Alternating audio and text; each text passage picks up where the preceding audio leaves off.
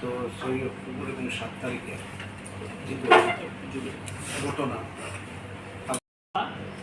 নিরাপত্তা ব্যবস্থা আছে, সেই নিরাপত্তা ব্যবস্থাটাকে দেখা আর এই ঘটনার সঙ্গে যারা প্রত্যক্ষ এবং পরোক্ষভাবে যুক্ত এদেরকে চিহ্নিত করা এবং তাদের বিরুদ্ধে আইনানুগ ব্যবস্থা নেওয়ার জন্য দাবি আমরা জানিয়েছি।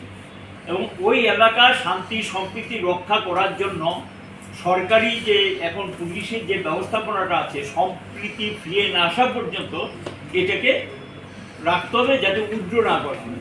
এবং এখনও কিছু মানুষ বাড়িঘর ছাড়া আছেন, সেই মানুষগুলো যাতে বাড়িঘরে ফিরে আসতে পারে তার জন্য সেখানে সরকার সদর্থক বৈজ্ঞানিক এবং প্রয়োজনীয় উদ্যোগ নিয়ে এটা আমরা বলেছি। আমরা 8 তারিখে ভিজিট করার পরে আমরা চেষ্টা করেছিলাম মুখ্যমন্ত্রীর সঙ্গে দেখা করা যায় কিনা। তিনি রাজ্যের বাইরে ছিলেন, আমাদের পার্টির সেক্রেটারি যোগাযোগ করার পর আজকে সময় দিয়েছেন, সে অনুযায়ী আমরা দেখা করে কথা বলেছি। এবং এটা তো আপনারা জানেন যে আমাদের পার্টির সেক্রেটারি গিয়েছিলেন সেখানে কদমতলা মানুষের সঙ্গে মিলিত হওয়ার জন্য, কিন্তু 163 ধারার জন্য ধর্মনগর শহর থেকে ফিরে আসতে হয়েছে, দেখা করতে পারেনি। পরে 163 ধারা উঠে হওয়ার পর এই প্রতিনিধি দল আমরা গেলাম এবং বাজার কমিটি দারুণভাবে তারা আমাদেরকে সমস্ত কিছু দেখিয়েছেন, চিহ্নিত করেছেন। এবং বাজার কমিটির বক্তব্য কখনো কদমতলা কোনো দিন এখানে হিন্দু মুসলমান সম্মিলিতভাবে আছেন এই জাতীয় ঘটনা তারা ঘটতে দেখেননি। এবং যেটা ঘটেছে সেটা না দেখলেও বোঝা যায় একেবারে ধ্বংসাত্মক, বাজারটাকে বলা যায় তছনছ করে দিয়েছে। লুটপাটেরটা আমরা দেখেছি, কিন্তু এই ধরনের লুটপাট অকল্পনীয়। কোনো দোকান ছাড় পায়নি লুটপাট করা, কি হিন্দু কি মুসলমান সমস্ত অংশের দোকানপাটই সেখানে লুটপাট হয়েছে এবং অগ্নিসংযোগ ইত্যাদি হয়েছে।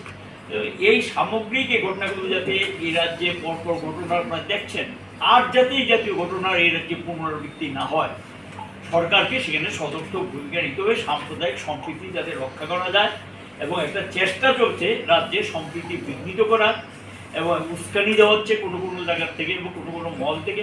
আর রাজ্যের মন্ত্রিসভা মন্ত্রীরা তো শপথ নিয়েছে, তাদের তো দায়িত্ব আছে এবং তারা দেখা যায় যে এখানে ঘণ্টা ছড়ার ঘটনাও আমরা লক্ষ্য করলাম।